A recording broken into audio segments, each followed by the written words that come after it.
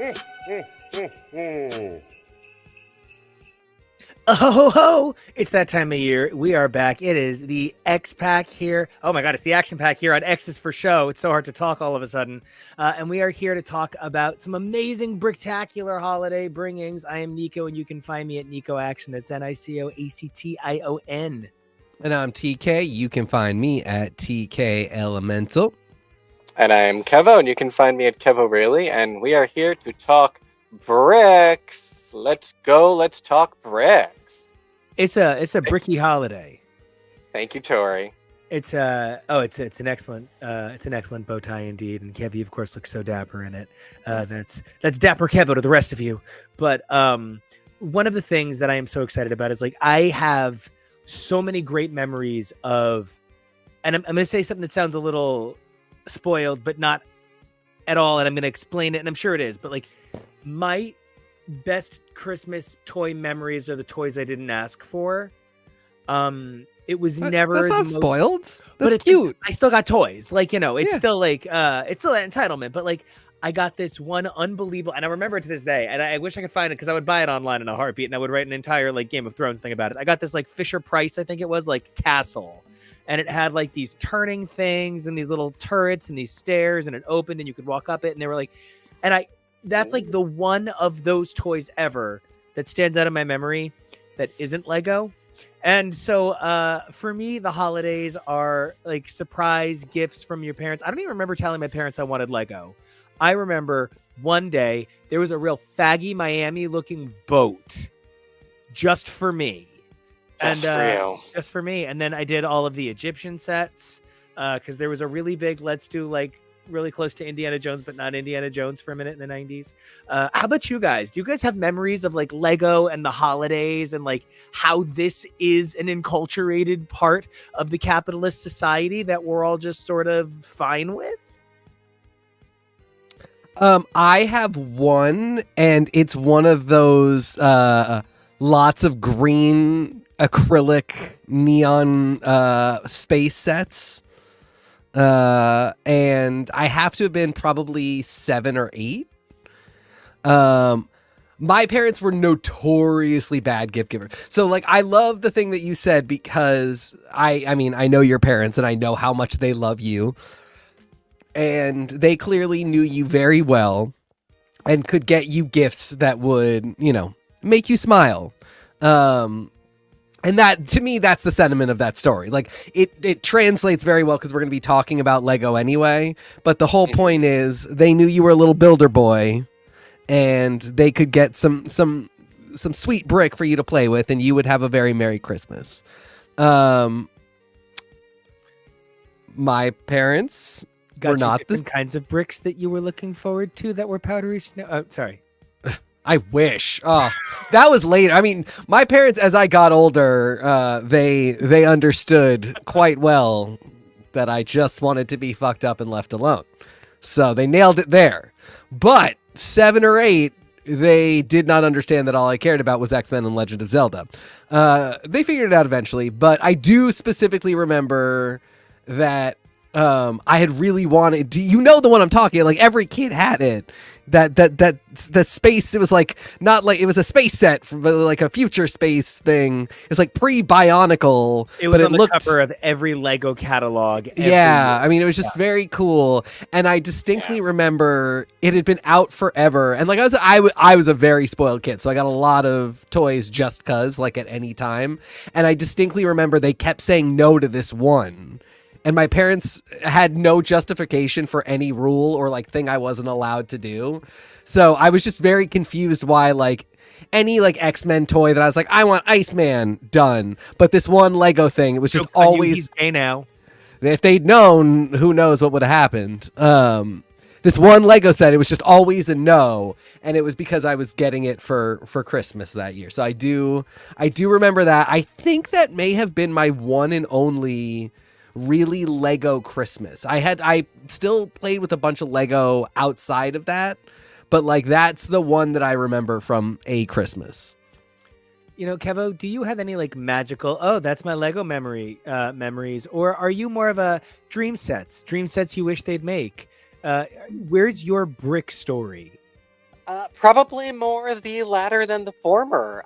I wasn't really gifted a lot of brick growing up.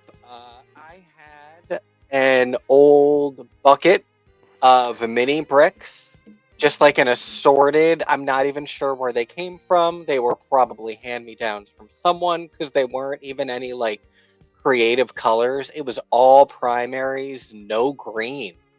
And so this was really the only Lego that I had growing up, and I played with it regularly, but I didn't have any like sets or anything like that. So for me, I think, well, one of the coolest things that I love the most about Lego as an adult is a lot of Lego Christmas stuff. I love a lot of the cool Lego Christmas sets, and I love that Lego is something that you can mod.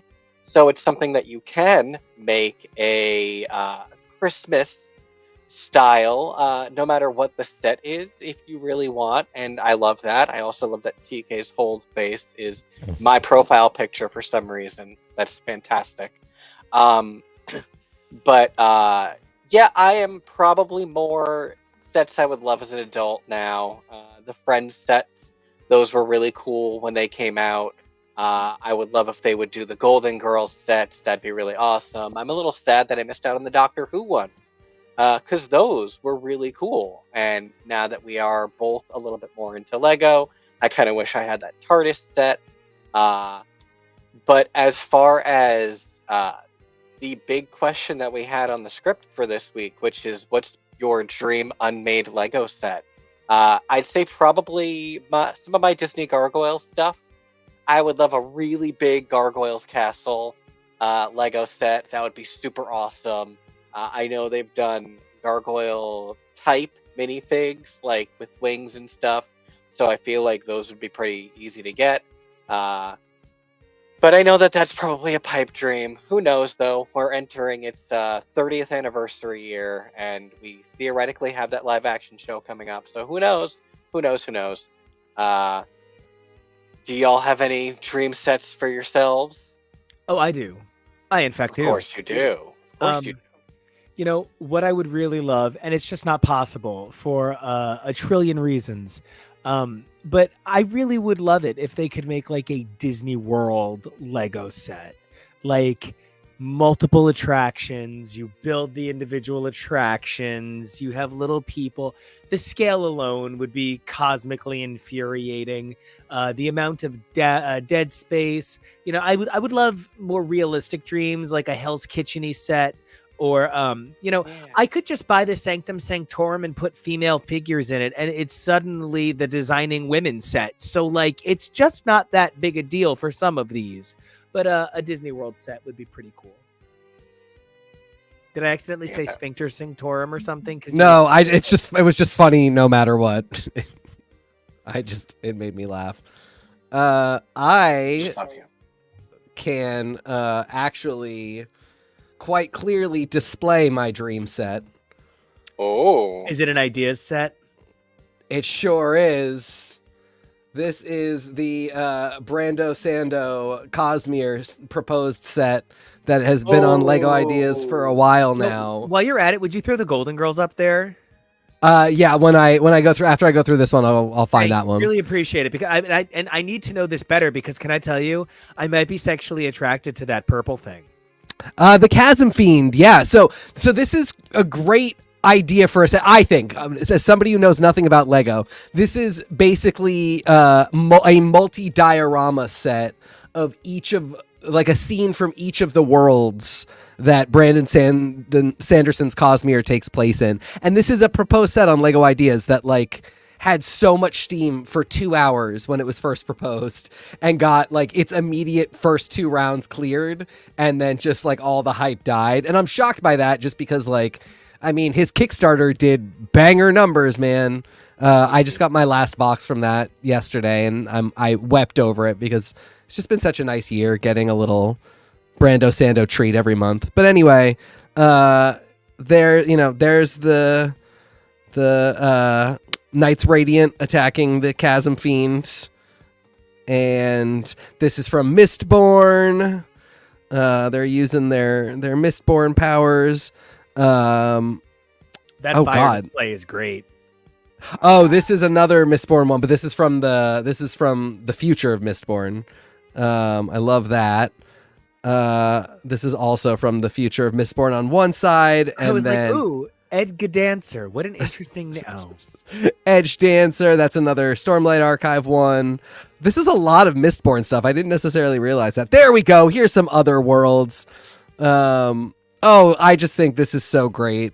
I love how the Elantris one has nobody in it. It's just a mock-up of a building. Yeah, I don't know. I think this is great. Is great. I would buy this even if I don't know what most of this is, and I would buy the shit out of this. This thing is stunning. Like, yeah, this is how I bet people felt about the Mario box, the Mario question box. Mm-hmm. The minute you fucking crack this thing open, I'm in love with this. Like, I can't stop thinking of ways I would mod it for myself. Oh, now I can't think of the name of the thing where it's like the art of making the giant solar system dioramas. It's like a thing, but this has a really beautiful quality in that vein. Do you know we have an enormous one of those here where it like takes up parts of the state? You have to like drive to Jupiter to see a solar system diorama. You have to drive to Jupiter. It's like in Maine. So like Earth is at the Delorme headquarters in Freeport, Maine, and then you have to drive clear up the coast to get to where the Jupiter piece is, and it's a 2-scale solar system diorama. Anyway, how would you tell him this? Now we have to go. Now we're kind us up. So anyway, this is the one that I want. This is my dream set. Nice. Really tried hard to get people to vote for this. And just found out today that after Sando releases the 5th entry in the Stormlight Archive at the end of 2024, he's going to take a little break, and he says entry number 6 should be released in 2033, which means he'll finish it when I'm 60 if I make it that long. Side note, they're called orreries. Gotta try. Yes, orreries, yes. Oh yeah. Things, okay. Yeah. Yes, yeah. No, and I think you'll make it to 60 just to spite yourself. That feels very me. Yeah. I didn't think I'd make it to 60. I guess I had to be wrong about something. Wah, wah, wah. Fuck that asshole. Got him. Hold on, I'll find that Golden Girls one. I like Tori's suggestion of Breakbill's fillery set. I specifically think the castle from Magicians with the rotating spires would make a beautiful Lego set. Yes. I would love like a really comprehensive Scream universe set, but everything's either black, red, white, or green, because those are the primary house. Colors of Scream. We are in the middle of a Scream deep dive on this channel. TK. Today's the day, by the way. Happy anniversary. Happy anniversary. 28th. Happy Screamiversary. Yeah. Happy Screamiversary. TK just did both seasons of the TV show. We pretend the third one isn't real. But no fault of Kiki Palmer's, who is in fact wearing my jeans. Everyone always does the best they can. Me? But man, do we love some Scream. All right. Are we talking about this one? Oh, yeah. I just, I love this set more than life. It's perfect. It is tiny little goddesses. The person nailed the minifigs. And they also did like other sets, like Grab That Dough. The Lanai exists. There's a whole other one that had the sets, but it didn't have the minifigs. So I pulled up the one that had the minifigs because I just thought they looked so good. They're stunning. One of Rose's accessories is her bear, Fernando. Oh, Fernando! I like. She sent me one of Fernando's ears. A smaller size and it shows 2 rooms. The Friends one is great, and that's gorgeous, but like it's enormous, and so that would be like really expensive, and I get that. So I like, the other one's probably more like 50 to 80, and that's really cool. The first one, I feel like, and I just might be conceptualizing things wrong, but I feel like, oh, there they are, but I don't think they look as good. No, but I'll be honest. Yeah, these are a little bit. These are the later season hair that I hate. Sure. Is that supposed to be Stan? Oh, of course it is. Oh yeah, Oh, of course God. it is. Um, Stan. It's Brick Stan. I feel like the kitchen looks more accurate in the first one. That's what I was going to get to. Yeah, you know what I will say is that the luxury of size is That's my nickname in college. the luxury of size is one of those things that it, like TK, is a delicious addition to an otherwise humdrum kind of tight situation. The smallness of a TV set doesn't always translate beautifully into Lego, which is something I do think, to Kevo's point earlier, is what the Friends set got so perfect. And actually, TK, to the beautiful set that you pulled up's credit as well, by surrendering the idea of that space, that size, it really enhances how the set looks by creating that like manic claustrophobia. Yeah, I mean, that's one of the things I thought about is like, if you were really to do any Cosmere world, even like any place, they're all huge. Like the point of so many spaces in the Cosmere is that they're enormous. They live in a building that's the size of a city, just vertically. So how are you going to depict that? And I really was impressed by the idea that rather than trying to do like, here we are on their enormous 100 miles long plane where they go to war, they just did really small scenes throughout that could take place in like a study or like on just a small slice of land rather than like an entire battlefield. And I never really thought about that, but I'm kind of putting 2 and 2 together again with that smaller Golden Girl set, and I really see it. And for me, that really is one of the things that I learned the most from Lego Masters in the last 4 and 2.5 seasons. We've had 4 amazing full seasons of Lego Masters and 2 holiday addendums. Now, with the average season of Lego Masters running 10 episodes and the 2 seasons of Lego Master Holiday running a combined 7, and we can throw in that special that made me itchy, but it's fine. And that puts it at 8. Like, there's 5 seasons of Lego Masters, right? I am... So, I see that we have... Hey, Robbie. Hey, Robbie. Hey, Robbie. So great to have you with us. Always love seeing Robbie's adorable face. We learned a lot of things like macro builds and micro builds and like, just kind of bring it back to what this show started as. There was a guy on X Twitter for a while who was doing like brick people of like all of the X-Men, but like the fat little squat men, right? Like the ones that look like Squat from Power Rangers. And right. They were like X brickheads. They were great. And learning that is a style and that, Disney would go on to produce hundreds of those, especially for Disney 100. It's just been great to learn from Lego Masters. I really feel like one of the things that this season of Lego Masters, TK, did you finish 4? Yeah. Oh yeah. Of course. Okay. I feel the right person won. And I know I do not. I know it was a team, but I feel the right person won. Perhaps my second favorite Lego Master competitor ever. I loved that team, and are we dancing? We're talking about Christopher. I love Christopher. Yeah. Okay. Winner Christopher. Yeah, I do love them. Don't get me wrong. I do love them, and Christopher has a ton of charisma. Oh, he's so he's so great. They get into it a little bit more when we talk about the full thing, but for me, it was Sam and Nina all the way. I mean, Sam and Nina were the Ben de la creme. The only option is they send themselves home because they're too good at Lego, or they stay and win. God damn it. And then also in the middle when he was like, I just was really happy to get to spend this time with my mom. It was really special. I cried until I flooded my house, and then I couldn't stand up for the rest of the day. That was the most beautiful thing ever. They were, to me, so sweet. There have been other mother-son teams that creeped me the fuck out.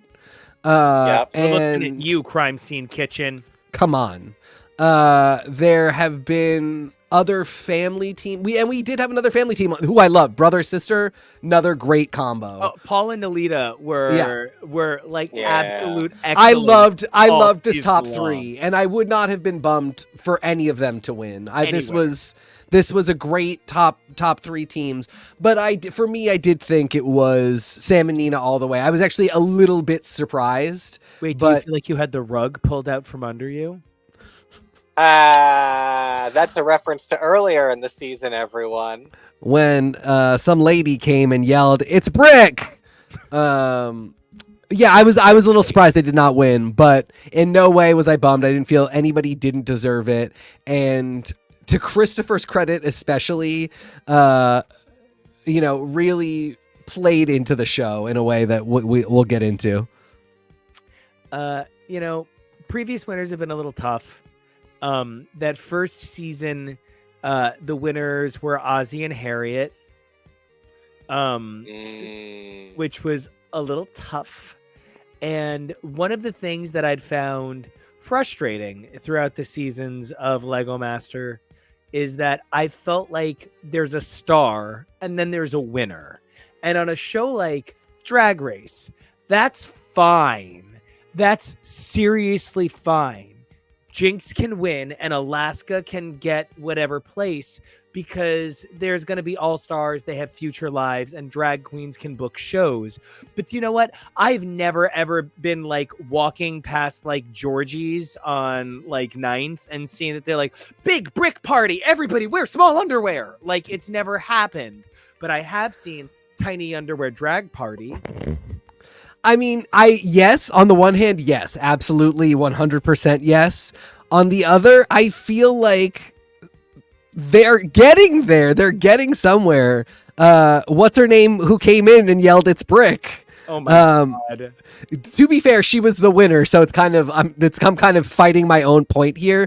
But the fact that she is a Lego master as well as a bunch of other applicable geek culture stuff. And she's a cosplayer. She's been in fan films. She's got a whole career. And Stacy, thank you. And this guy who, what am I supposed to do with this guy? Don't make suggestions, anybody. I've got plenty of ideas. The 11th Doctor over here.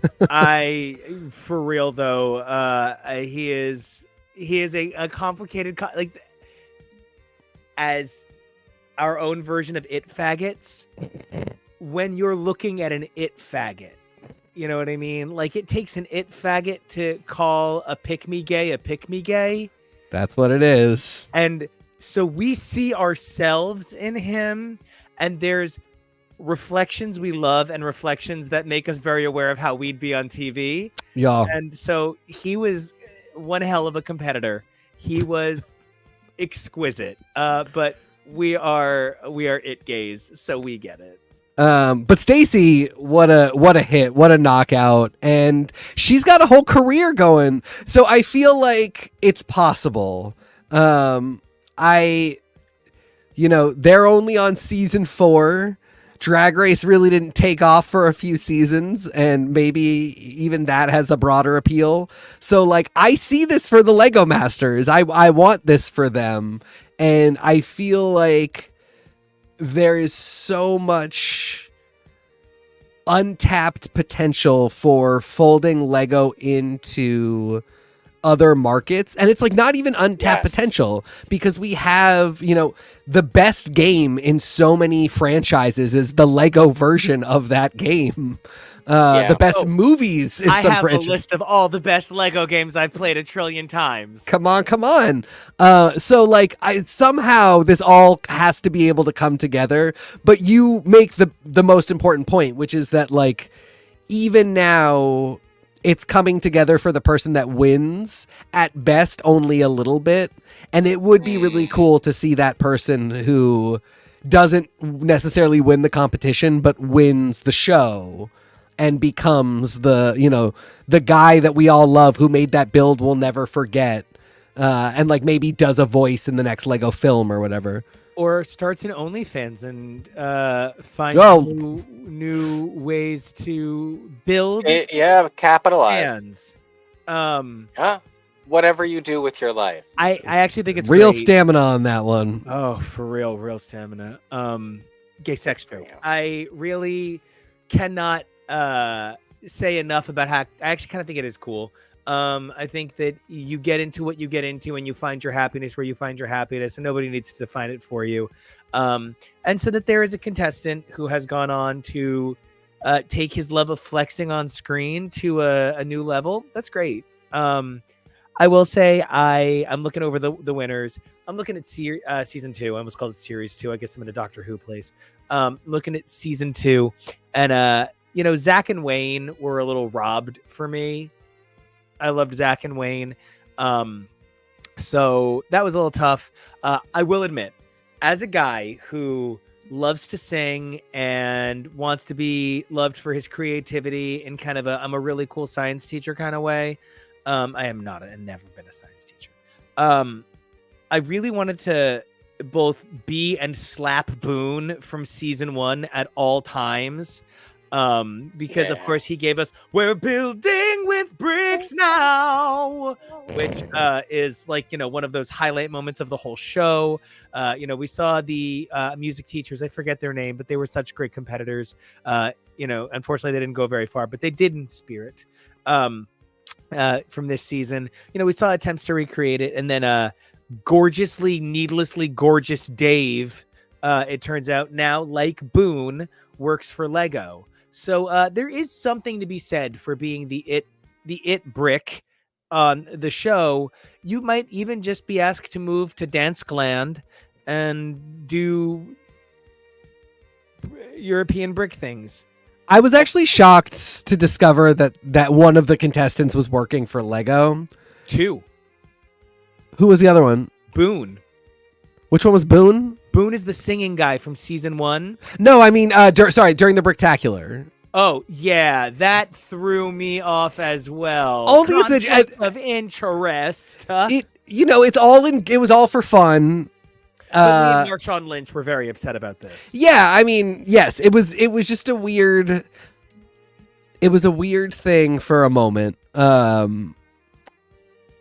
Anyway, but I loved him and his builds, and it was a fun episode. I feel like we are definitely seeing a specific split in category of people who apply to and want to be on the show. And either people who want a career in Lego, or people who are just here to goof off with Lego. So I'm not really surprised to see some people starting to get hired. Good for them. I think the thing about this is Lego is such a great wagon to hitch yourself to for something like a game show, because it's not like Lego's going anywhere anytime soon. It is so beloved and so everywhere that it really, really has the potential to be around for who knows how long. I do just want to comment on a couple of things about a few of the challenges from this season that kind of, I thought last season had a lot of thematic challenges in terms of constructing ideas around entertainment concepts. It felt like season 4 was the season of modeling, which is great. I love modeling challenges. I love modeling with brick. It's a very different part of your brain. It's about laying down the brick to construct something, as opposed to laying down the brick to like feel it. You know what I mean? But I did feel that this season had the volcano. It had the roller coaster. We had the purse. We had the cars. I felt like this season was a little bit less about the IPs and a little bit more about building within the foundation of the limitlessness of Lego. And I'm going to bring up, I guess, I don't know, guys, can we just agree? Like, I guess it's true, right? Like, we can agree that Kelly Osbourne is so wise, because she said the smartest damn thing I've ever heard about Lego in my entire life. To someone, it's just a brick, but to someone else, it is the entrance to an entire universe. And that really, like, kind of took my breath away. And, I think that was maybe the point of season 4. But if I had been going into season 4, this would have been a little tough for me because I've been seeing an increased focus on sort of a predetermined structural build that is provided to the contestant in some regard in terms of the iterations they're being told to mimic. And then I get to season 4 where suddenly what's changing is the focus is on design, not playing into something. And I think that is how we saw the main teams emerge. We saw scientifically minded people who were ready to build with brick, not just scientifically minded people mind focused on this. It was a very different game this season. I see that. Yeah, you make a very interesting point, and I see it. I like it. I found this was the blessing and the curse of this season. I was so excited for the first 10 or 15 minutes, and especially towards the end, I would cut to the last 10 or 15 minutes because for all of that, the show wasn't really prepared to delve into like what Bake Off does. Bake Off is so ready to talk about your process, and Will Arnett especially is just so not ready to not be goofy. And when you're designing a purse out of Lego, which I thought was one of the coolest challenges. I thought it was so cool because there were people in there who were like, I know how to make this a purse. Like, this is fashion. And then there were some people who were like, I know how to make sure it opens and closes. And instead, the whole time Will Arnett's just sitting there being goofy and talking about like, and so can you model? And it just, it got to be really difficult to plod through the middle. And Amy and Jamie, God bless them. Guys, it's 4 seasons. Has nobody coached you? Could you be any more awkward all the time? They are heroes who need to be given the sort of tools that they need to be heroes. Yeah, they are so talented, but why is nobody giving them acting coaching? Well, and I feel like pull Will Arnett and like give it to Crystal and Stacy to host. Like pull some people who host in venues where everybody is socially awkward and nobody caters to you, the host, whims.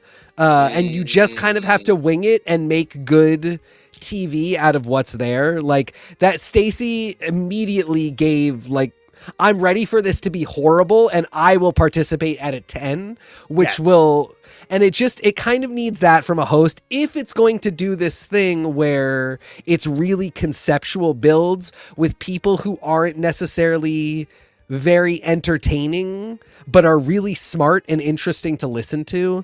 And so that was the tough part about this whole season. In great ways and tough ways, I was just so excited to hear what the challenge was and see them get excited. And then I was so excited to see them present.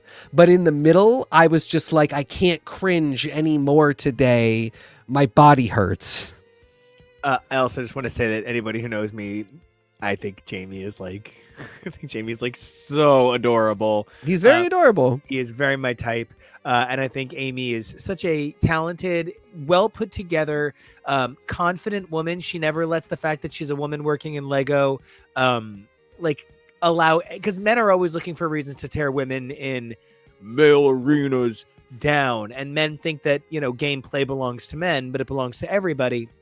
So, we've seen Amy get a little emotional when letting women go, but we also see her get emotional letting men go. And we see Jamie get emotional. We see Will get emotional.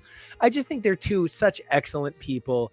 And it wasn't until thinking about their two and then Will is one other that, guys, what is the other? It's Itchy, Scratchy, and... Punchy. Poochie, yes. Poochie. Okay. I feel like Will Arnett would have played the Poochie to Wayne and Garth's Itchy and Scratchy. Yeah.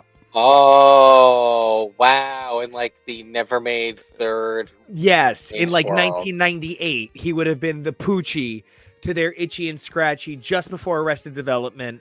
But I really do think that it should be Mary Berry and Paul Hollywood with Mel and Sue.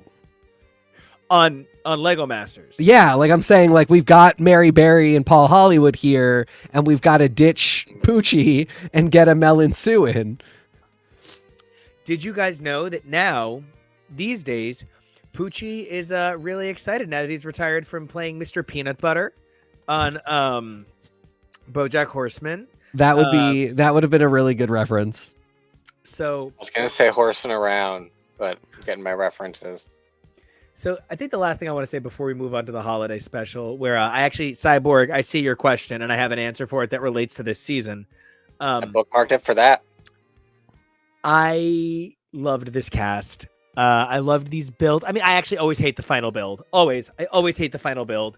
There is nothing uglier than saying to a group of high school students, write anything.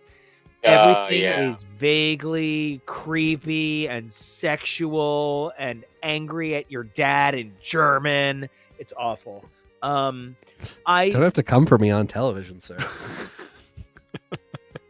I loved Christopher and Robert's World Wonderliner. Okay, guys, I just built a jet today. My Walmart is nuts and accidentally put out the X Jet a month early. Don't tell them where you live. So I just built this today, right? Guys, this is not Michael Jordan's poster in 1996. It is not important that the wingspan make white people uncomfortable. The wingspan on this jet is the kind of thing that Disney would have been like, Lego, fix your fucking model. So, these are wings. What they put are small continents. Only thing I was kind of confused about. I mean, I guess to scale, but even then, it was just to be as wide as it is. Yeah, long, if not wider. And extra. It was yes, just to be extra, and I think because they don't really look like much and look really flimsy, that takes a lot of it from design for me. Like the tail fin at the end there too. That's just all tall, and you could have like maybe done a good design in there or something to make it look cool. And I feel like that's something that Nina and Sam would have been able to accomplish if they designed like that size wing. Like their hugeness, there's a lot of detail everywhere, and this isn't a lot of detail on those fringe elements. I love that Nina and Sam were like, oh no, we're gonna build a tree and it's gonna tell a story. And Paul and Neelita were like, we're going to build a house and it's going to tell a story. And Christopher and Robert were like, what we're going to do is we're going to build a tree and a house just to spite them. In a plane. On a plane. Why? Because we're the villains. Do you know why I love Christopher? Because Christopher is who I would be on TV if I had absolutely no fear that I would not be able to blame it on the edit. And as your Robert, Christopher's can be a lot. And as the producer that's wondering why everybody on my show is so boring, I'm going to thank you for spicing things up. Ultimately, that was what I wanted to say about Christopher earlier. He calls himself the villain a few times, but it's Lego Masters, so it is the most innocuous villainy you could possibly come across. Yeah. And it's, he's not a villain, but at the same time, like my brain is completely rotted through with maggots because of Drag Race. Like all I want is people screaming and slapping things and saying they were going to show some goddamn grace in this moment and then like walk out. But it's Lego. Who's going to do that? I built what I built. I'm just sitting there. Why aren't they getting drinks? Like what's happening here? I'm bored. And I know they can't go much off of that, but that there were two guys who were like, in a silly, very Lego-friendly way, we are going to spice things up a little bit. I did appreciate that. this is my one fear about future seasons is like, I do want to see what the show can develop for people stories without having to become something it's not. But I am a little bored when it's like the two moms who are just doing this to sell Girl Scout cookies. I don't care. Yeah, unless one of them is cuckoo-chewing with Mrs. Robinson, it's just not bringing home the money. And I mean, the thing that I'm so bummed out about with Christian is that he'll never be on LEGO Masters again. No, they used a bunch of his footage, which I look, I mean... I think they probably produced this before. Well, the gentleman on the left is now an adult star. Yes. And you got to call it a star because he does well on OnlyFans. There's nothing else to say but mad respect for that buff boy. Yeah. And he has ventured into some a little bit more in line with this. He got full on railed people by a big old man. Rizzled. And I just... Stunning. It was a lot, and I just think they're probably not going to be asking him back. But that's more interesting to me than two moms. I'm sorry. Now, if we are lucky enough that Christopher decides to come out of the closet, he should just give me a call, and I'll take him on a date, and I'll make him feel real special. Because I love his... Oh, Christopher, yeah. I love his heart. I love his spirit. He is just a charming guy who wants to make the world better by laughing and building. And I don't know. I think Christopher might perhaps be one of the most charming people on a reality show that's really not meant to be charming people. It's just meant to be slice of life. Yeah. He was a real fun character. Sorry, Kevin. No, and to harken back to what you were saying, even, everything about LEGO Masters is big time middle school, after school program project vibes. And indoor so hockey. The most villainous that Christopher was the obnoxious one of those kids in the group. And it's really good that everyone is stuck in pairs because you're shackled to someone who is either going to humanize you or at least give the audience something to latch on to if that other person is too much. Then can we do it? Can we get into what we have to get into?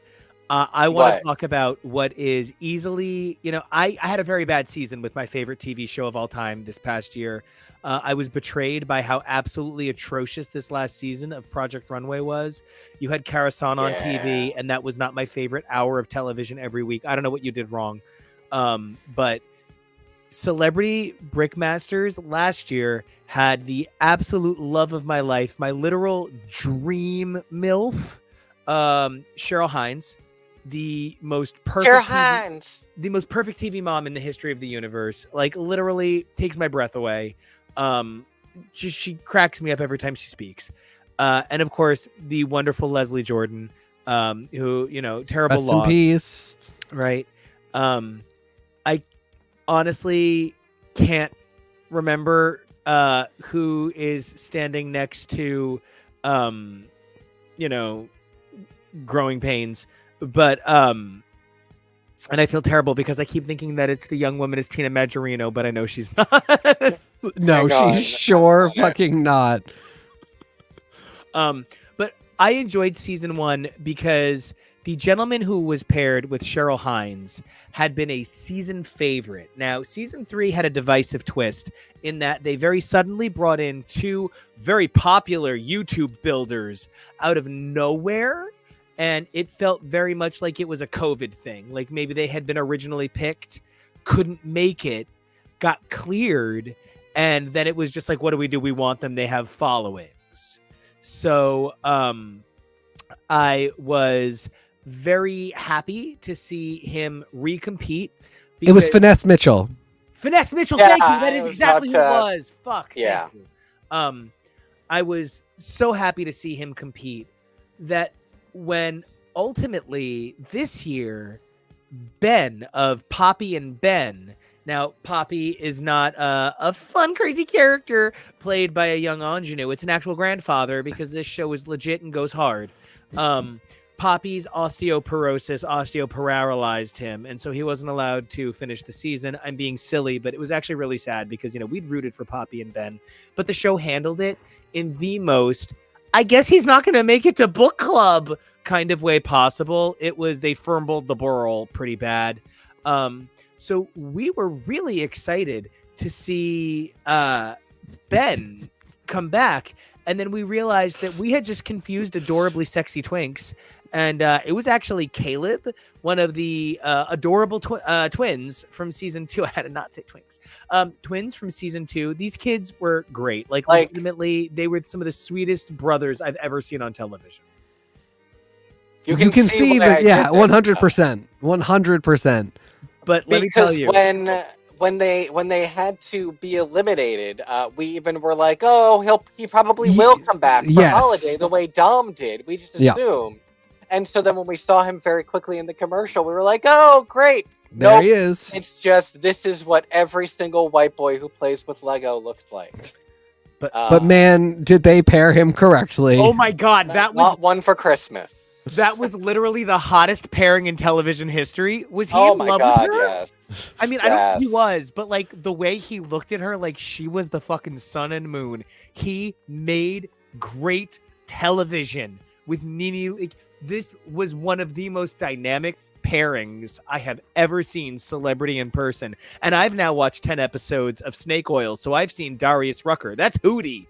Help people make bad investments. This was to me like the other side. I mean, it's not fair to Nene Leakes to say this, but it gives me the same vibe in a different way of other Only Murders in the Building, where like they're two different ages, two different cultures. They should not be best friends, and like they are not as far apart in age. So I'm not trying to say that. I'm not saying that she is Steve Martin, but like these are not two people that should hang out, but for they were put together, and now that they have been, they should be best friends for life. He should be on a bunch of the next season of she's not gonna be on Real Housewives again, but if she were, I mean, like the dynamic is so good because she just wants to conceptualize and have someone hear all her ideas and know how to execute them.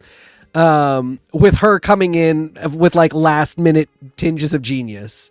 And if she can do that, they can get very far. She'll do the talking, you do the work. And it's just such a good dynamic for two people that you just would never think should be in each other's space for any reason. Okay, but I need to add to that the most unbelievably charming thing I have ever seen is the way you could convince me that Marshawn Lynch and Dave are going to have Christmas together. Yeah. I really think they might be really good friends. First of all, Dave is one of the most attractive competitors on any reality show for my money. The beard's a little too big, but he has the right kind of build and the sweet boy eyes that I love so much. And he loves Lego so much, it's his job. Also, that is the cutest sweater in the world. I just want to see Jeff Lemire wear it. So Marshawn Lynch, aka they forgot my Pico de Gallo from Brooklyn Nine-Nine, the man who never speaks to the press, but then won't shut up to the point where Rosa loses her faith in humanity. And he talks about Santa Claus too. Ha! Marshawn Lynch is a legend in that he is he's a footballer. He is a professional athlete who's so charming that he is a personality. Now, I want to be clear. Marshawn Lynch, as that idea, I'm a guy who plays football who became a part of the American conversation, is the dark version of Michael Strahan's morning show announcer. Marshawn Lynch is an evil gremlin going table to table to spread misinformation, whereas Michael Strahan is an angel of light coming to me in the morning. And I'm certainly not really comparing them, but I grew up in a football house. I grew up in a house with Giant season tickets. So fucked if I didn't grow up with these names. I just really thought that Marshawn Lynch decided to be a person on TV, which that is such a bold choice. That is not something a white person playing by politeness rules would ever decide to do. As a matter of fact, the last person that was this real on television said, Cash me outside, how about that? And I just thought Marshawn Lynch really deserves an Emmy for best reality appearance. Really, what a human. Yeah, he was great. It at times felt a bit much, Too but for a show that is often not giving enough, in the grand scheme, the cosmic scales, it balanced. And on that note, I wanted to draw attention to two of Cyborg's comments. The first one being that he thinks that we should do a Lego Master Challenge where we have 30 minutes to build a scene from our favorite movies, which draws attention to us talking a little bit about the gameplay of the show, which is 30 minutes is nothing. They are given 8 hours. Yeah. 24 hours for the final build. Yes. For most of the challenges, it is about 8 hours from conception to when they are allowed to be done. And you know, you've seen the size of some of the ones that we've shown. They are enormous, obviously. This one is one of the ones that takes 24 hours. But still, that would, if we did that in 30 minutes, it would probably come out a little bit embarrassing. Okay, the fucking jet that I showed earlier with instruction booklets and 10 lights on me took me an hour and 10 minutes. I recorded it. We're going to time lapse release it because God bless you all. You can't watch it. There's points where I just go, and you can only watch me do that while adjusting my shorts so many times. Kind of. But since we were talking about the celebrity guests for this one, I wanted to also draw attention to the question that Cyborg asked earlier, which was, how fixed do you think all celebrity shows are? He pointed to the fact that recently UK has been showing I'm a Celebrity, Get Me Out of Here, and past contestants are saying that they're biased. The thing about this celebrity reality show in particular is this one is 125% all for fun. The stakes are nothing. And the celebrities aren't even there to work that hard. They're there to accessorize the Brickmasters. So, I mean, like, Marshawn is like actively trying to look bad. Yeah, he's playing the same villain role as Christopher. Yeah, worse, way worse, but in a cuter you're way. A celebrity. And exactly. Plus his guy can't win because his guy works for Lego, so there's no way that guy's going to win. You know, everybody else is there to be like, what about an idea based on my brand? And like Kelly Osbourne suggests the Crazy Train. What about my dad? Yeah. My dad. Oh yeah. I'm surprised that she wasn't like, let's talk about my mom's cancer talk show. Me too. Also, like my entire, like I was on Fashion Police and nearly got kicked off. I think I made a horrible 9/11 joke. So hold on, he's on screen, so I have to bring it up. Oh God. One of my top, it's so like it's actually embarrassing. One of my top 5 crushes on the planet is Rob Riggle. That is not shameful. I think he, like, you know how everybody's kind of got like, you know, that's my porn dad. You know, like that's Rob Riggle for me. I just think he is the handsomest, funniest man in the world. I get giggly when he's on screen and I go, that's my dad. Like, I love him so fucking much. Seeing him here was literally, it was the Christmas gift of the year. I like out loud burst into laughter every time he did a bit just making fun of Will Arnett, because can I tell you that's just me picking on TK? Can I tell you the amount of things that were Rob Riggle just needling Will Arnett was just me picking on TK, and the amount of things that were Will Arnett needling Rob Riggle to the point where Rob Riggle looked uncomfortable a couple of times? That's TK needling me. I cannot tell you, I have such an unbelievable crush on Rob Riggle. I think he is the most funny, handsome man in the world, and just seeing him here made my whole Christmas. Thanks for letting me have that. I love him so much. He had another great pairing. That is the best frame of Will Arnett's career. Yeah, that truly, since Arrested Development, it has never looked so good. Also, the framed picture on their Lego Christmas mantle of him shirtless. Oh my God. That was the highlight of the show for me. Rob Riggle had there was another great celebrity pairing. It just, you know, they paired him with a hot girl who, I think does not get enough credit for being a great builder, really smart. A brain tumor, told she would never smile again. Yeah. And was here not just smiling, but raising money for charity. What a fucking hero. This is one of those venues where like it is not actually fun to be a hot girl. Yeah. You know, it's all anybody is going to think is that this is why I'm like, give me more of these. Let's get rid of the suburban moms. I don't care about them. I care about, you know, people who are living full, interesting lives. But I do love suburban moms. It's fine. Anyway, they were just a great pair because there was nothing lascivious about it. There was not even like a, oh, you're beautiful type of thing. It was just like kind of dad and daughter, maybe older brother, little sister, but it was all goofy. And, you know, Rob Riggle was pure goofy and she was down to just play into it. I think all of the pairings were really, I mean, I think Kelly and was it Randall? Yes. Kelly and Randall. Kelly and Randall were maybe the least, dynamic, but it was still fun. Like it wasn't not fun. I just want to say, like, one of the things that Kelly and Randall offered was a counter perspective.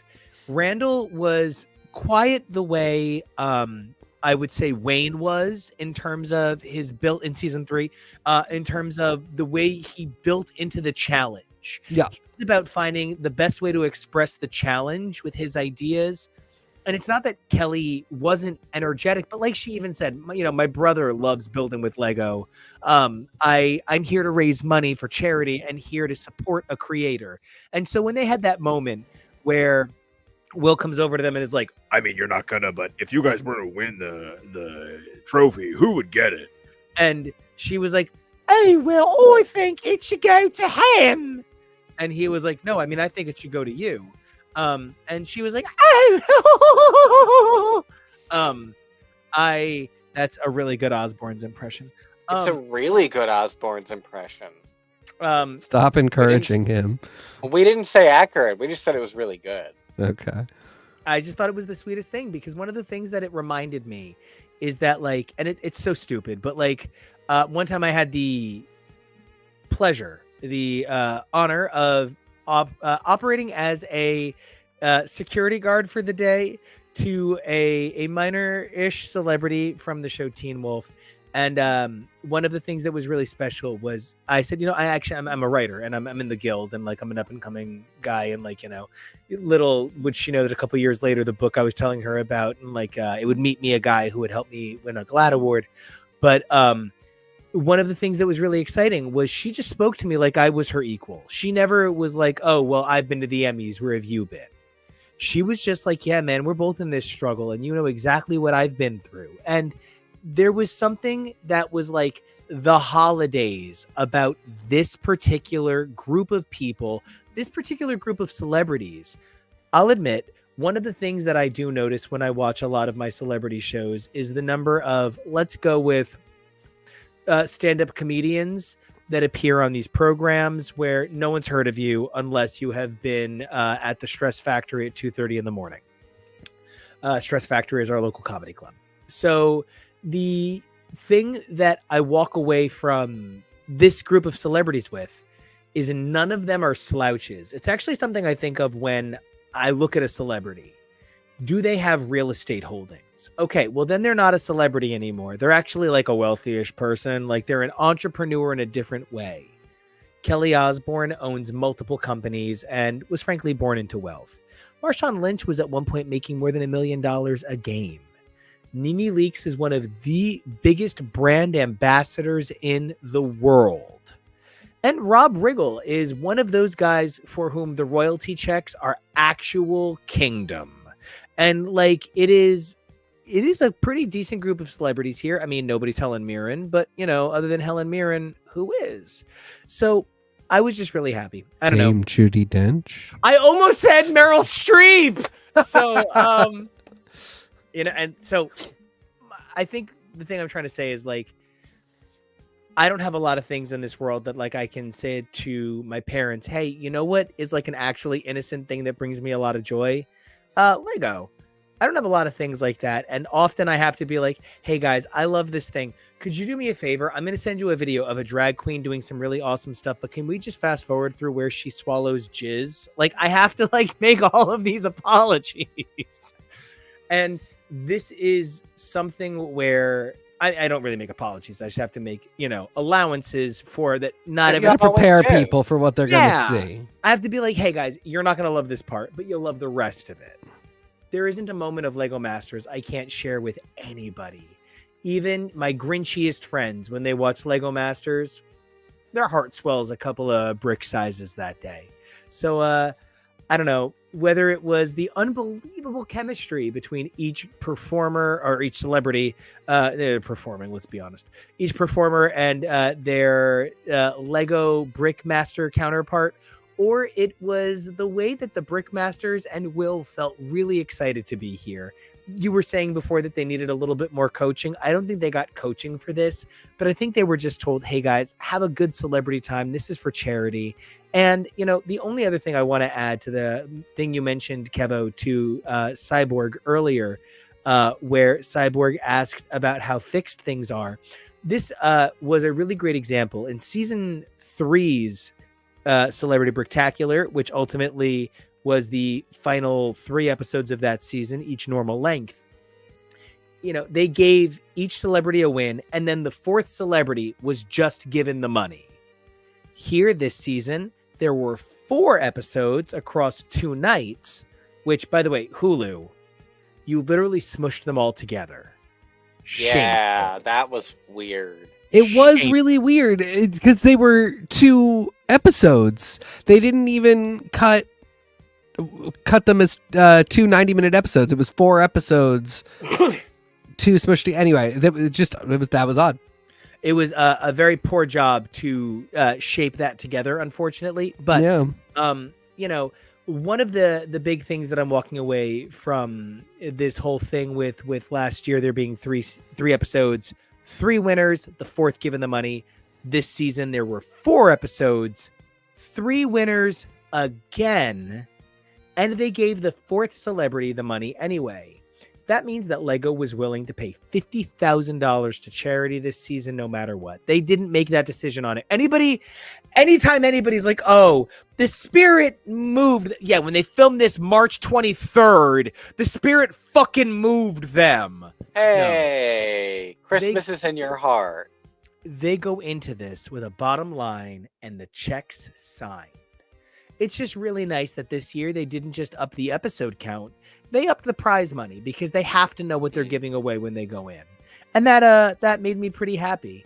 Oh my God, what a great fucking pose of the 2 hottest guys standing next to each other in the middle there. Yikes. Yeah. Oh man, Davis. Ugh.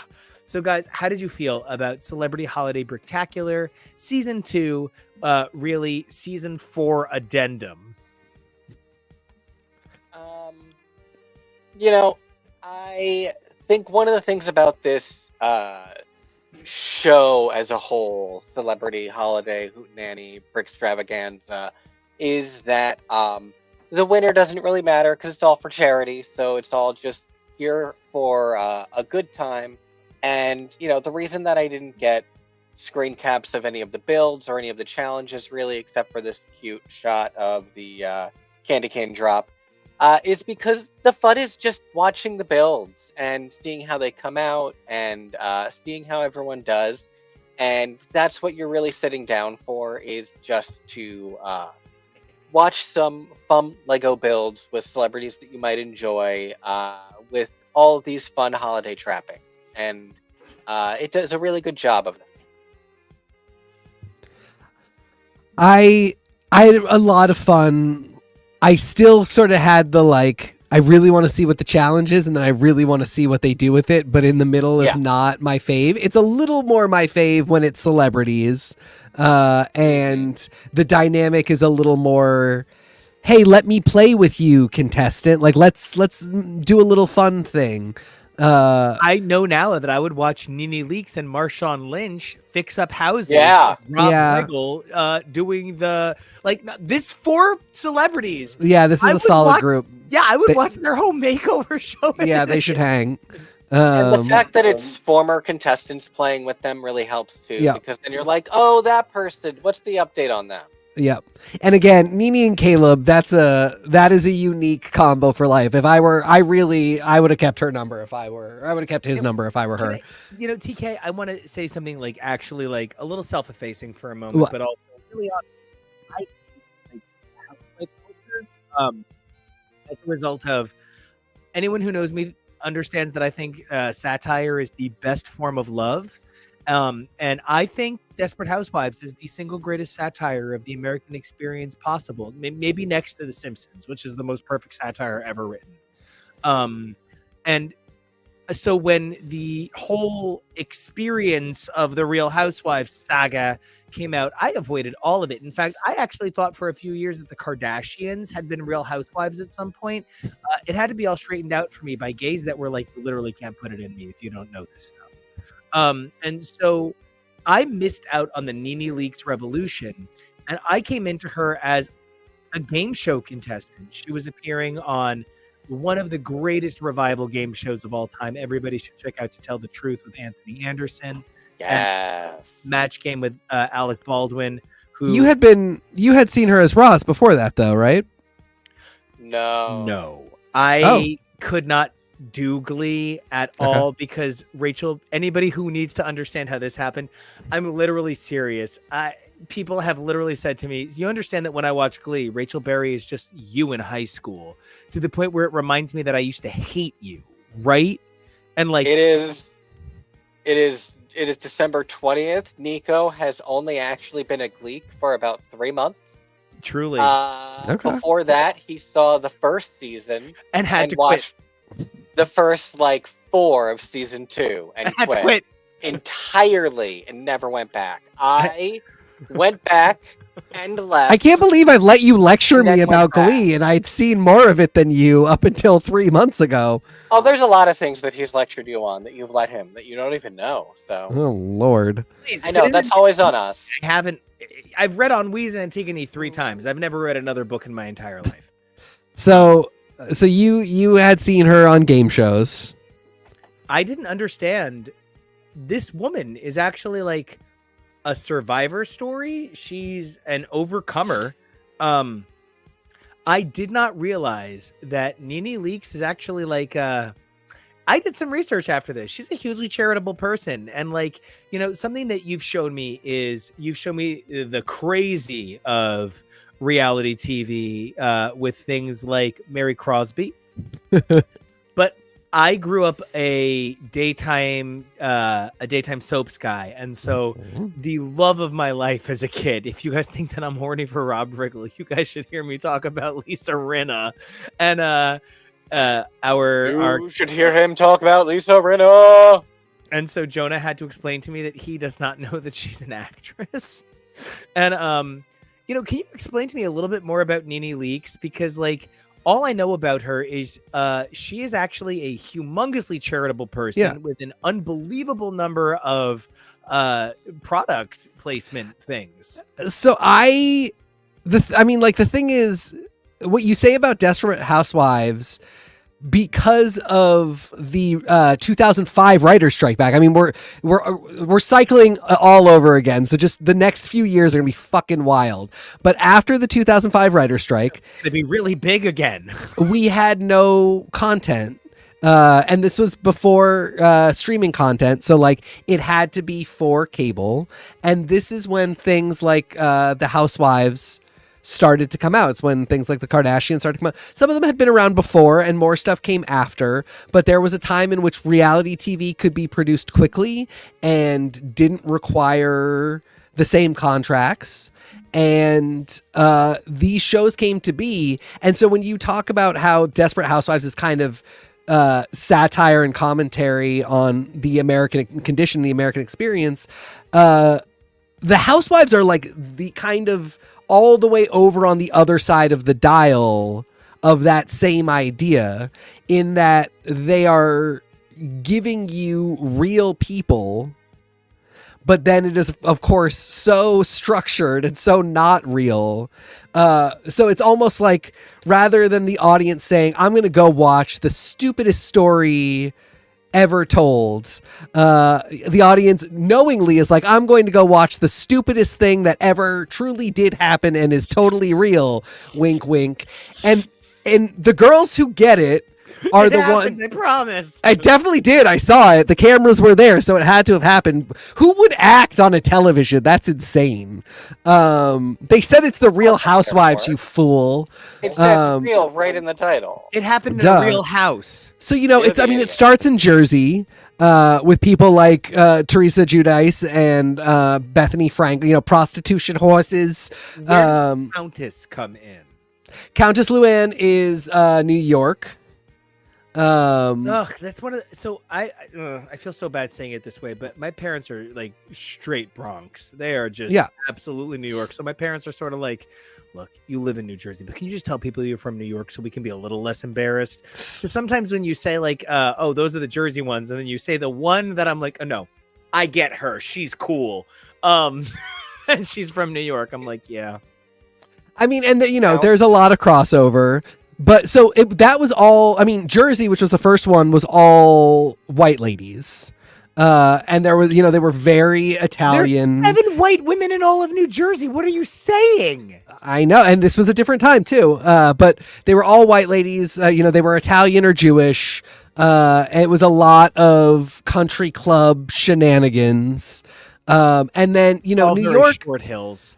Yes, exactly. New York was honestly for a while a lot of the same. Too? What's that? Kevo, did you instinctively wink when I said Short Hills too? No, I saw you do it, so I did it too. Oh, okay. Our timing is just that good. You're just that in sync. New York was a lot of the same.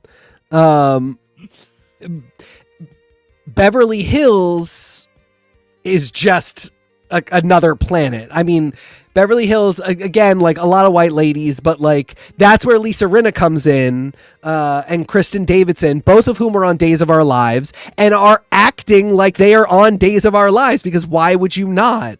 And so, but you've got Garcelle Bouveau.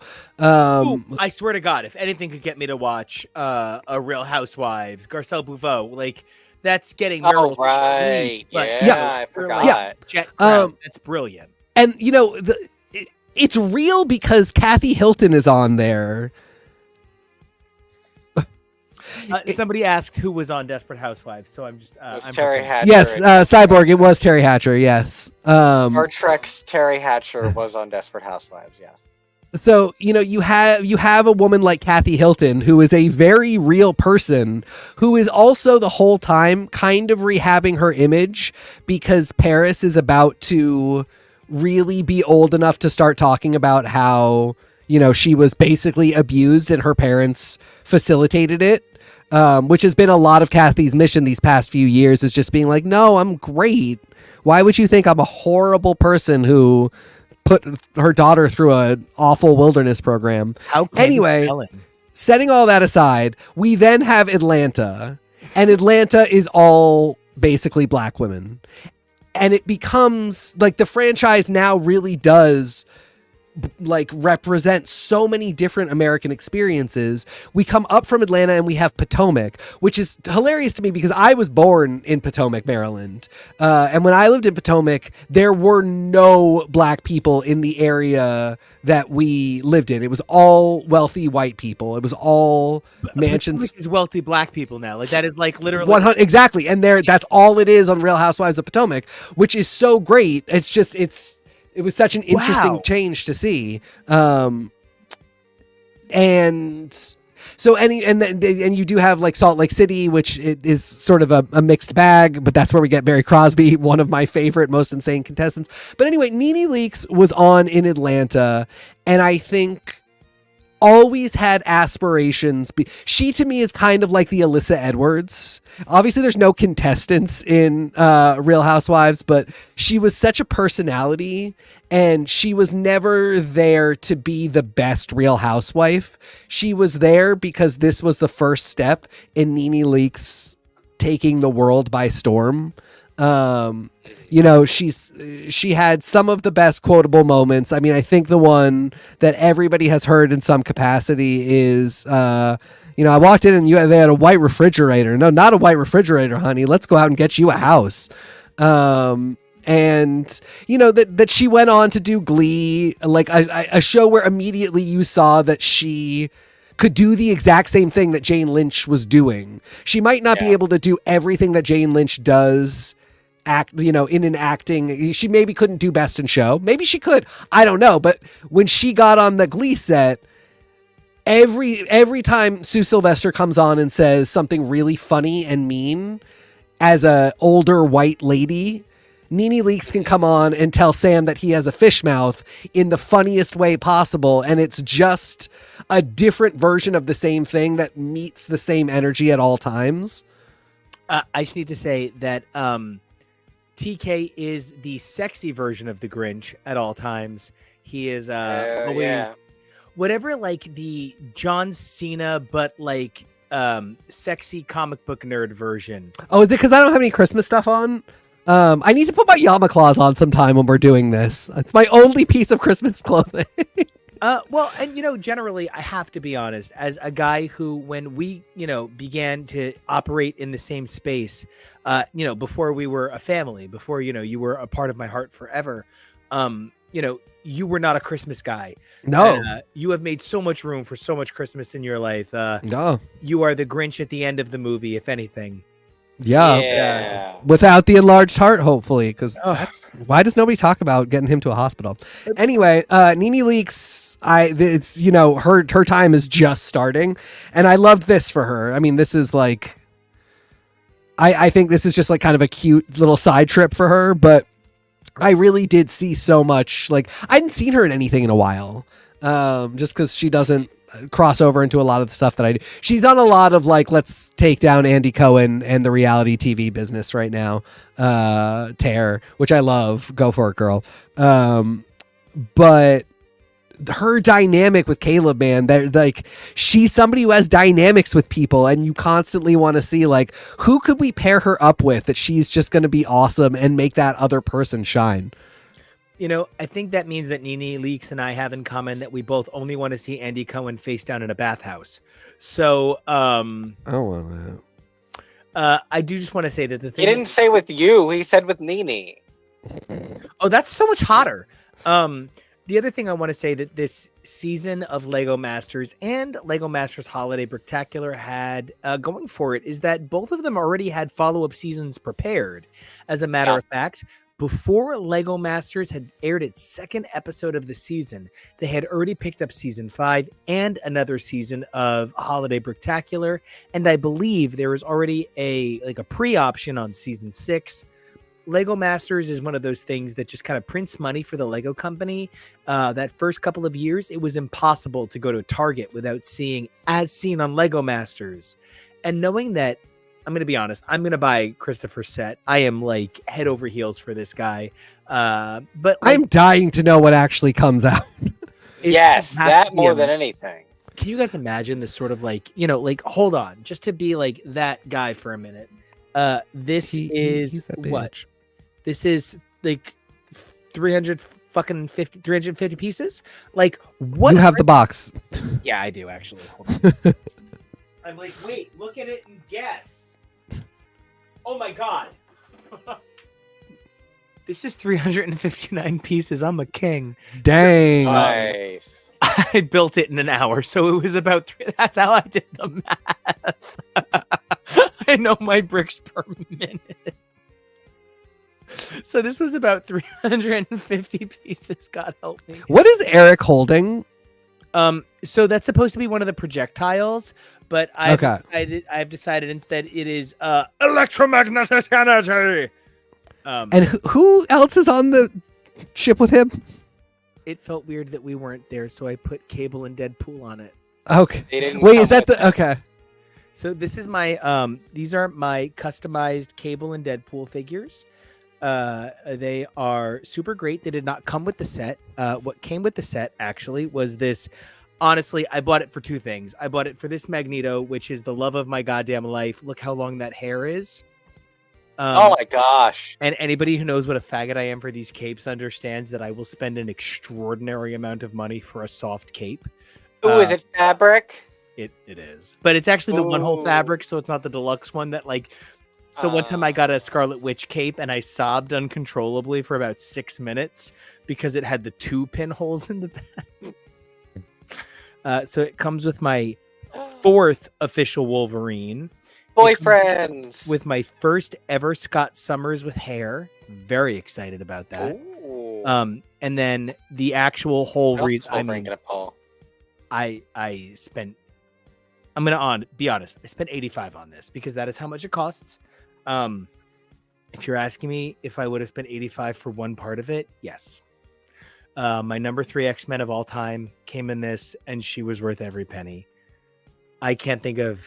Hey y'all. Oh man, she's not rendering well because of the green screen, and I'm dying to see her. She means everything to me. People don't understand what it was like being a homosexual reading Rogue growing up and feeling like for the first time ever you weren't alone. There is a video of me literally openly sobbing on this channel about how the only thing that Charles knew he could trust is Rogue.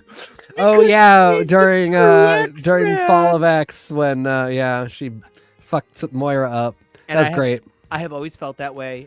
Rogue really is the X, and like for me, if you want to know the best arc of any X book that explains why Rogue is the X-Man, it's Legacy. No, not Proteus. I'm so sorry. It's Legion. It is the New Mutants 22 to 25, I think, where the only person that Charles trusts to psychically interface with his son is Rogue.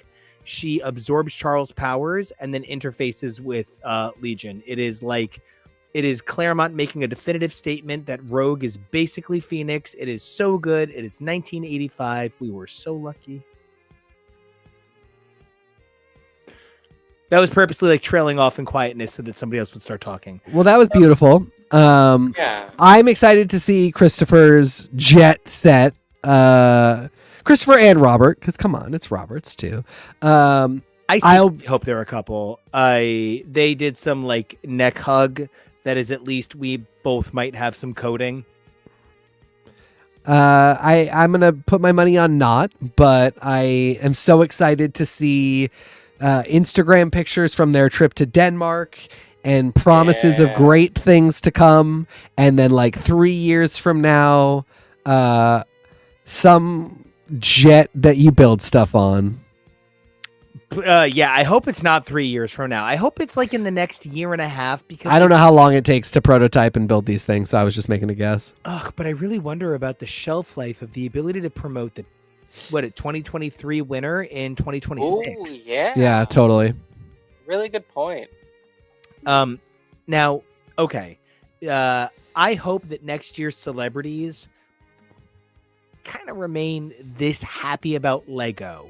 When I don't watch The Masked Singer, so I understand that I am missing out on like the signature celebrity thing of the moment. And that puts me... You're not. Oh, dude, it is the moneymaker. But like for my money, I'm really more interested in seeing celebrities have small, intimate moments with people, and that's why I love the game shows I love. I'm gonna keep watching Snake Oil, not because David Spade is adorable, which he is, but other than the fact that I find David Spade very attractive, I like that Snake Oil provides me an opportunity to see this sort of caring intimacy. Like it's weird to call it caring intimacy, but like when somebody who makes 6 figures for a day's job interacts with someone who doesn't, and they give of their heart. I mean, if you're asking me if Rob Riggle is my dad, Adam Devine is my brother, who I love more than life, and seeing him on Snake Oil, it's the same thing. So you can get this kind of magic all year round. You just kind of got to look for it.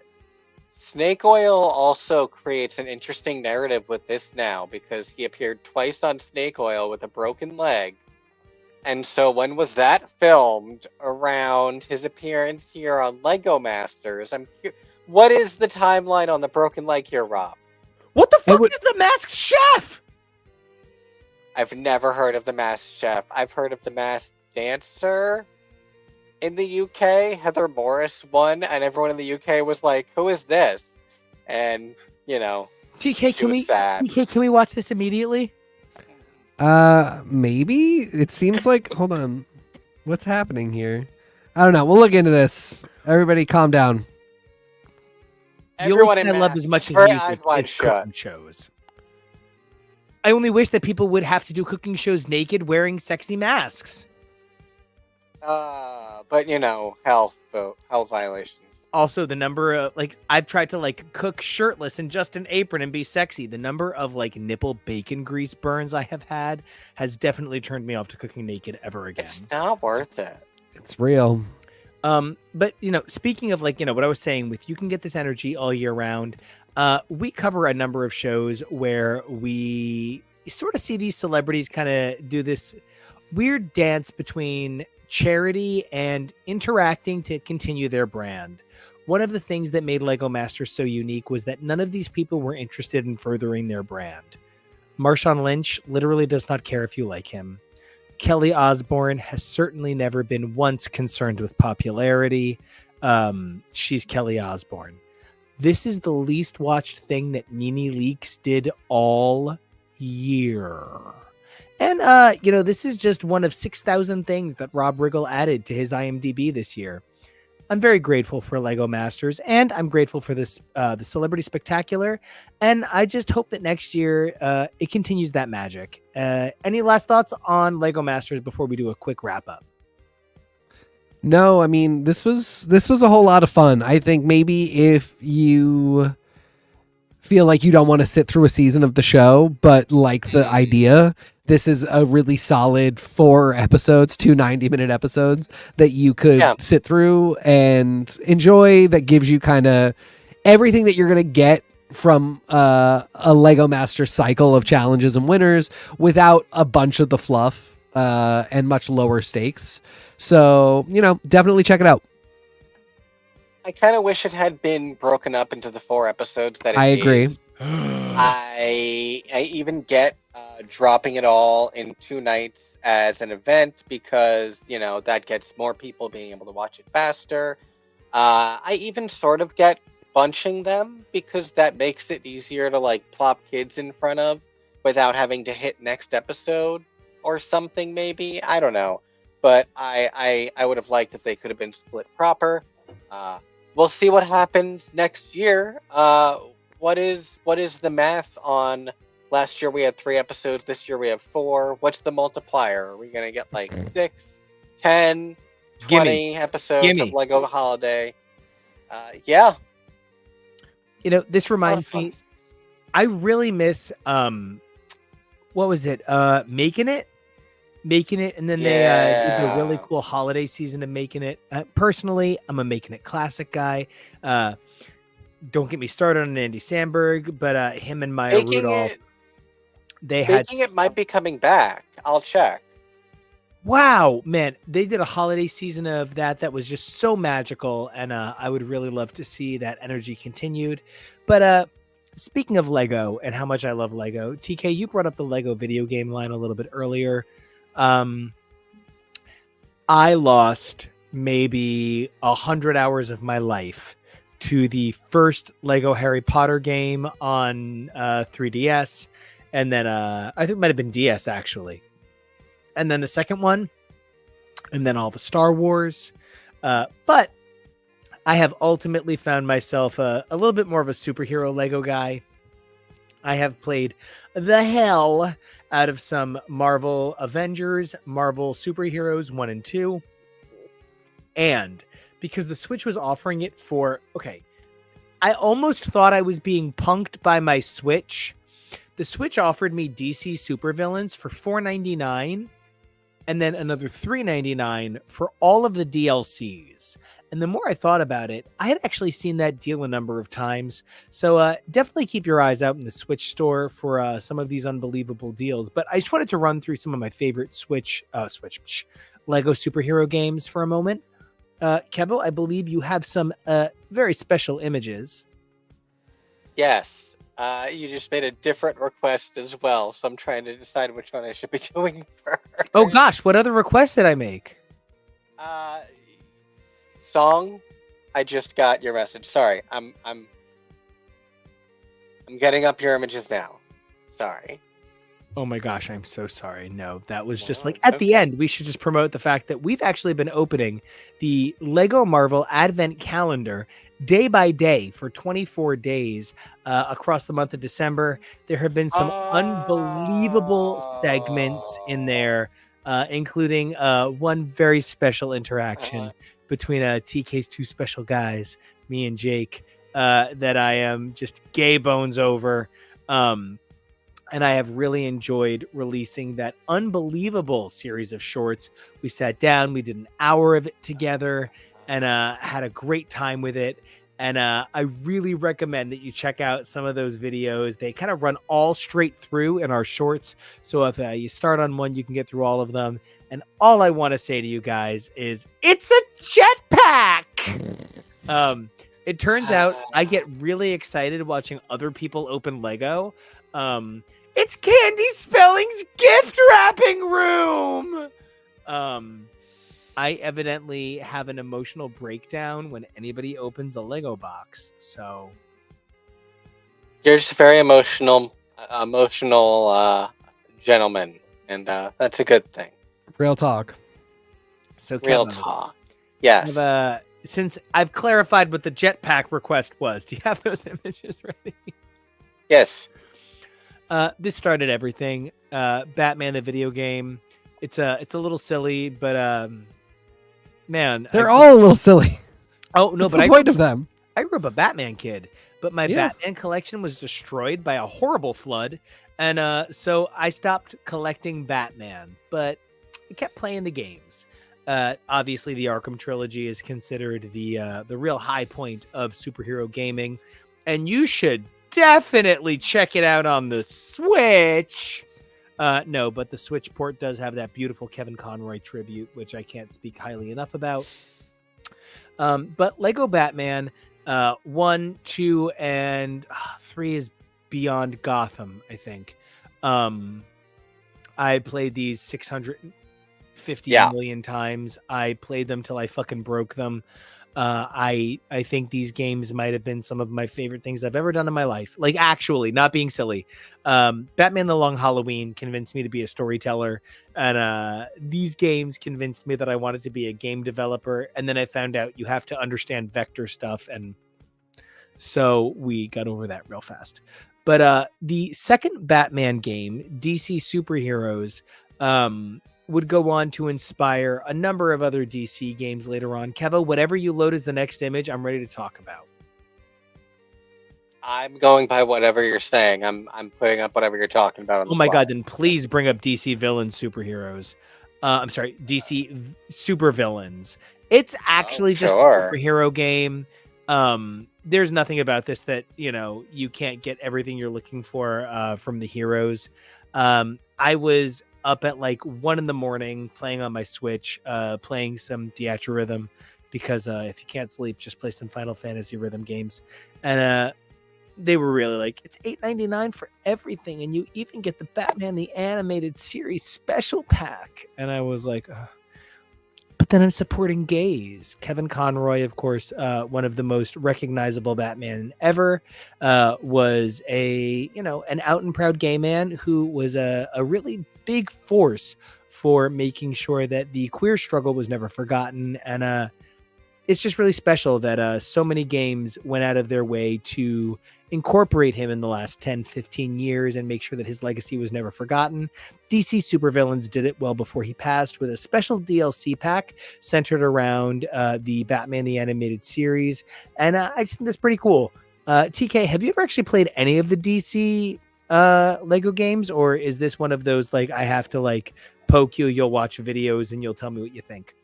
No, I played Lego Batman. That makes me very happy. Now, did you play Batman the video game, or did you play Lego Batman the movie, the video game? I played the video game. Okay, so let me tell you, Lego Batman the movie, the video game, I've never seen Lego Batman the movie. Can I tell you what the turnoff was? Will Arnett voicing. Will Arnett voicing. Yeah. So I didn't go see it. Yeah. Yeah. You know, I have to be honest with you guys. The day they announced Will Arnett was hosting Lego, Lego Masters, my response was, well, the joke's on them. They don't realize how little I care for Job. And I famously think that Tobias Funke is so sexy. It's insane. And I would have made... I am Batman, and it is very important that you surrender to me. I would have really enjoyed if Tobias... David Cross's Batman. David Cross's Batman would have been great. This one was fine. I played it. I never finished it. It's actually one of the only DC games I didn't finish, although DC Supervillains is still on my agenda. Now, the DC games are great, but what really is significant is that the DC games, like the Marvel games, allow you to pick from an unbelievable roster of characters. If you had told me I would get to play as Lego John Constantine and Lego Kyle Rayner, I never would have believed you. But we live in a world where these unbelievable Lego games exist. And so we get Kyle Rayner looking real sexy. We get, because there's no way that's Hal Jordan. Let's just not.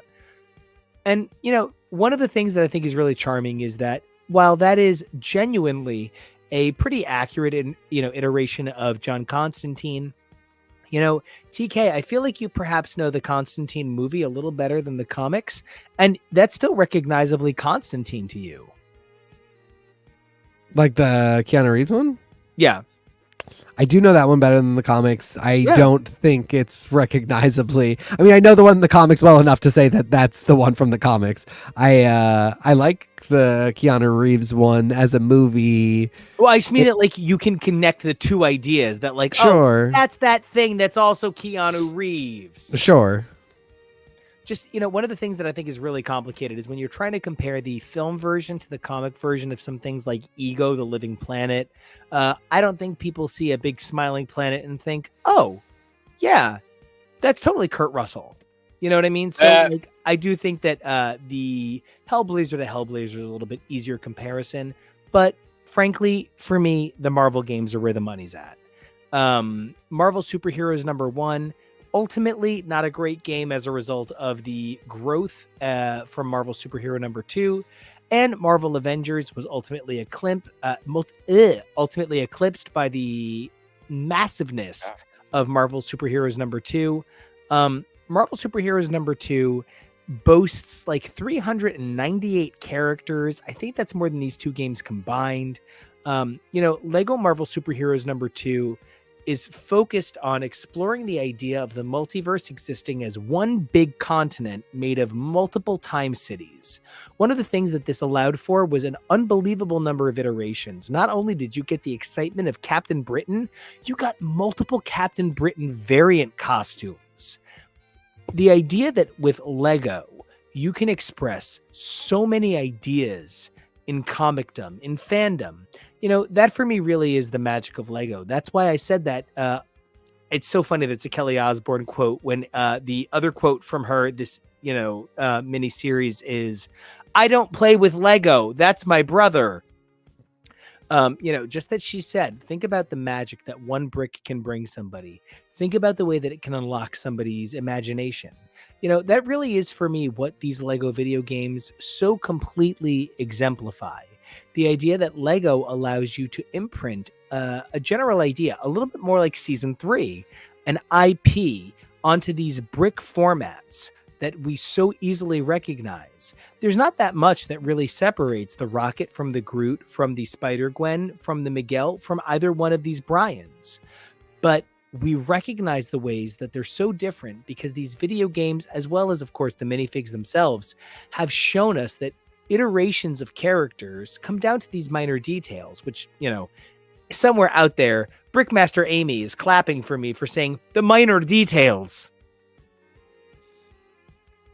Yes, she is. Amy loves the details. Jamie loves the brick design. And Will likes to smash.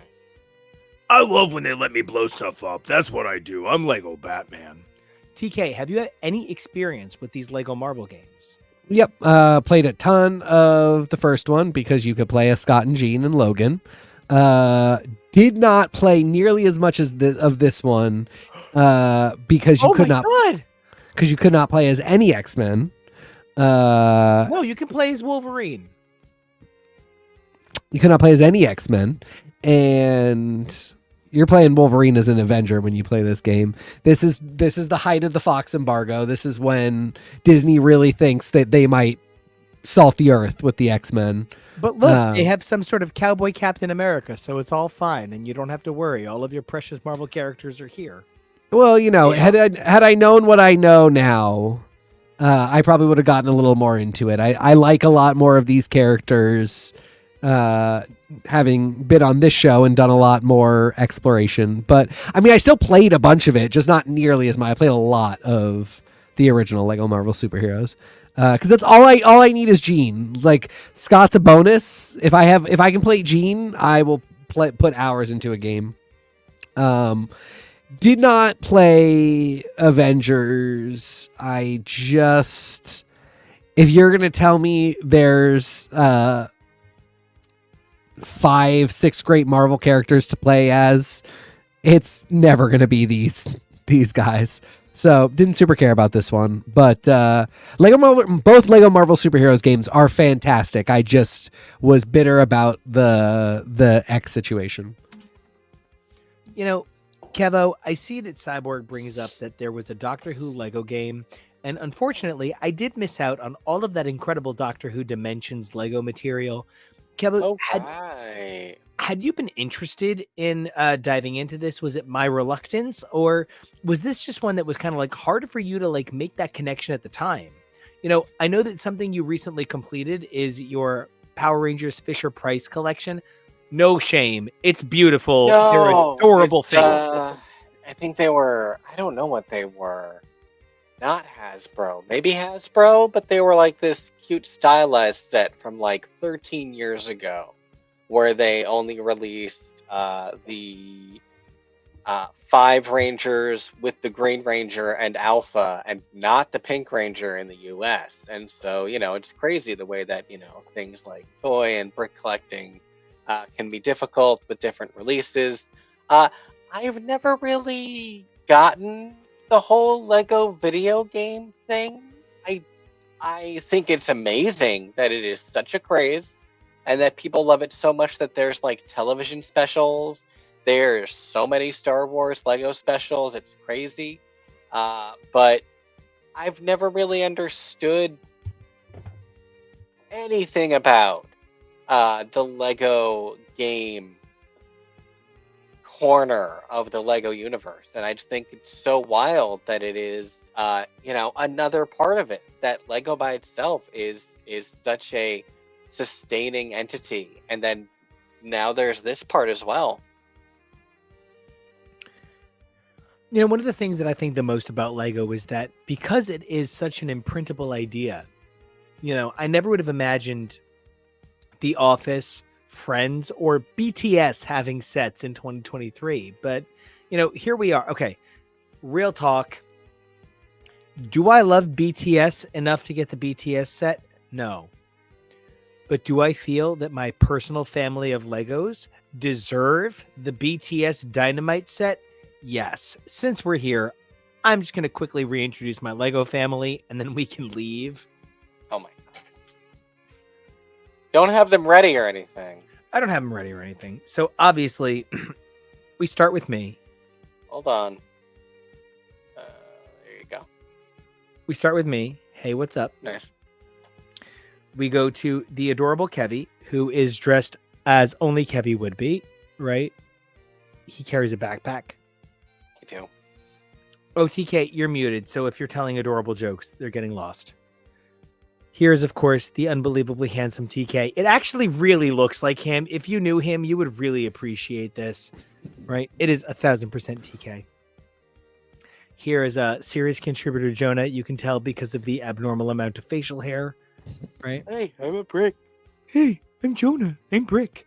And then here is adorable boyfriend. He is not part of the show, but he is a huge part of my life.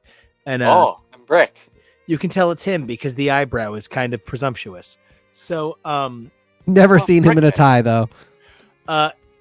dude looks unbelievable. I fully believe it. I just always see him in work clothes. There are professional commercials that would reflect that, featuring famous Bachelor hosts. But anyway, I love Brick so much that I've literally constructed a little family out of it and a miniature Disney World, such that I was saying earlier, I would love an official Disney World set to get to celebrate how much I love my little Brick family full of my little Brick men. When we talk about Lego Masters, it really is like my dream reality show. I don't want to be on a reality show. I want to create for a living. I work on, the music that you hear right here. Like I know TK loves chiptune, and I love 80s music. And I think that Underneath the Tree by Kelly Clarkson might be the most important Christmas song of the last 20 years. And I just wanted to create something that sounded like the Christmas that I get to share with this guy. And, that's what's playing. I want to create for a living. I don't want to be on reality shows for a living. Except maybe Lego Masters. This is fun. This type of reality show is just silly fun, and so absolutely. And you're not ever gonna be a amazing race. You're not really racing anywhere, but no. This is delightful. It's a surrender to the magic that reminded me what I loved about creating as a child, that focused into music, into writing, into podcasts, into vlogs. And it's just so exciting to get to talk about it with two men that I just think of the sun and the moon. And it means everything to me. And I love talking about Lego Masters with you guys, but I love talking about everything we cover with you guys. So don't forget to check out those amazing shorts. We have a number of shorts featuring the Lego Advent Marvel calendar, but we also have some amazing shorts featuring some of our incredible comic content, some of our unbelievable Drag Race content. We have the second part of our 2-part Scream coverage coming up this Saturday, plus our regular TV coverage more or less this Sunday. I'm really hoping that Thursday's Canada is fucking bonker pants, or like somebody gets stabbed on Glam Slam. I'll take whatever. But yeah, how do you guys feel about our upcoming holiday coverage leading into this very special time of year? I'm stoked about a Stabby New Year. You ate that TV show like it was me and a cheesecake. Mm-hmm. Yep. So you understand my love for Emma. You understand how Emma is fucking flawless, right? Oh yeah. I've got dream castings for Willa Fitzgerald and everything now. Have you finished Halloween at all? I did finish Halloween, yeah. I hated Halloween so much I can't even talk about it. I mean, it doesn't work as an end to the saga. Yeah, that's the problem. It would have been fine. So yeah, I'm psyched about a Stabby New Year. Very psyched to talk about the future of this franchise with you guys. TV, we talked about a little something that just got announced today that we might add to our Sunday coverage that I'm excited about. But other than that, you know what we have to talk about on Sunday that I'm actually really excited to talk about? I'm not super excited to talk about Canada's Drag Race. Canada's Drag Race maybe needs to simmer for a couple episodes before Denim thinks you can. I could put Denim on the back burner for a minute. I'm really stoked to talk about the end of Beacon 23. It was wild. Oh, yeah. And picked up for a second season. Defying all odds. No, you cannot possibly bring up the end of Beacon 23 without me getting to say, number one, why did you bother saying there was a message? And Kevo getting to say, the Rocks never talked again. The Rocks never talked again, and we will talk about the Rocks not talking again and a lot of other things on Rock Talk coming this Sunday. No, the end of Beacon 23 was fucking wild. We watched the final 3 in one go. Yeah. Wild. Yeah. So yeah, that I'm starting to talk about that. A little bit of monster talk. I know we're really backburnering monster talk because when we come back from the new year, we're gonna do all the monster talk, all the movies, all the TV, all at once. So please look forward to that because, man, you know, the MonsterVerse has had wheels for a few minutes, but they just put a whole ass engine in that thing. And we're going to talk about every monster. Godzilla, King Kong, Mothra, Rocco Steele. Joan Crawford. Oh my God, we went for 2 disgusting different kinds of horrible gay monsters. I love And I love it, and I'm in. So yeah, we're gonna talk about that, but that's still going. I'm still watching it. It's just we're not gonna do huge coverage of it on Sunday because we want to talk. This was the best episode of Monarch so far. Yeah, so it just keeps getting better and better, and yeah, I'm stoked. And I am just really stoked that I love all of the holiday coverage that we've been doing, and I flashed a few episode covers, and I put some links in the comments as well for some of the holiday stuff that we've been doing. But, you know, like you said, Monarch is really good. I'm really excited to talk about Beacon 23. We have the new season of Drag Race coming up, and I really love just how much we have ready to go to mix in with our holiday content and to keep going after our holiday content. We are geared up and have plenty to talk about already in 2024. So, oh yeah, we do. I'm excited. Yeah. And I hope that Nene Leakes is a part of all of it. I hope that Nene Leakes joins Scream and the MCU and the Cosmere. She'd be great in all 3. She'd be great on Monarch for sure. And until Nene Leakes comes around to kick Godzilla in the dick, Kevo, where can everybody find you on the interwebs? Like Tom says, yeah. You can find me over on the socials in the correct tab for this banner. At Kevoreally, that's Kevoreally. And Teak, where can the folks don't find you, sir? You can find me trying to shove Mothra into a giant cedar closet at TK Elemental. And Nico, where can everybody find you? Mothra balls. I am devastated and shocked. While we were on air, evidently, all of my champions KO'd. Oh no! I just wasn't paying attention. Oh no! Why? You got that 7-star and thought you were big hot shit now, and turns out you got a lot to learn about the game, kiddo. Turns out I had the wrong Sandman all along. It should have been Morpheus, not what's this one's name? Clint Marco. Flint Marco. Yeah. Oh man, I wonder if they're cousins. But the main thing I want you guys to do is go over to my SoundCloud and check out the music that I make. You guys can keep an eye there for the next couple of weeks. We're going to be putting out tons of new music, plus some pretty cool concept recordings. Keep an eye out. A bunch of them are already recorded. It's a big deal. But the other thing is that you can find me on my Gay Lego Fans Only campaign. Gay Lego OnlyFans campaign. Jesus Christ. Botched the joke. Over at Nico Action. That's NicoAction, and I can't finish a joke. But there's 3 things that I really want you guys to do.